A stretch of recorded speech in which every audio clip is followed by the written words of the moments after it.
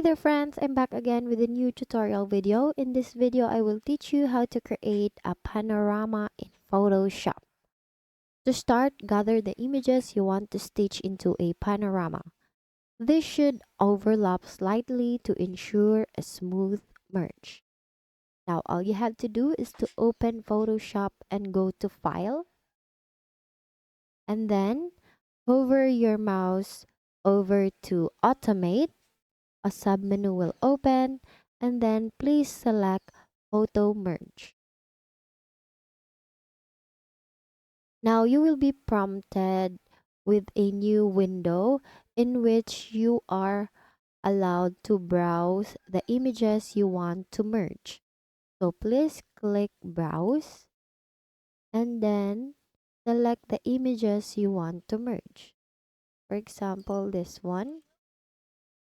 Then click OK. Please choose the auto layout option for Photoshop to work its magic.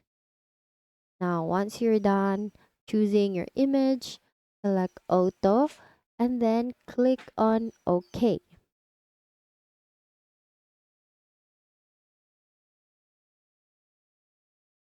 So once you click OK, Photoshop will start merging your images into a panorama. This may take a moment depending on the size and complexity of your photos. Now, once Photoshop has done its job, you can use the crop tool to trim any uneven edges or unwanted areas. Now, here's what the output or the outcome look like. And that's it. You now know how to create a panorama in Photoshop.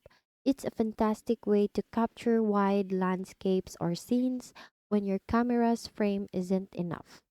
Before you go, remember to keep experimenting with different images and angles to create breathtaking panoramas.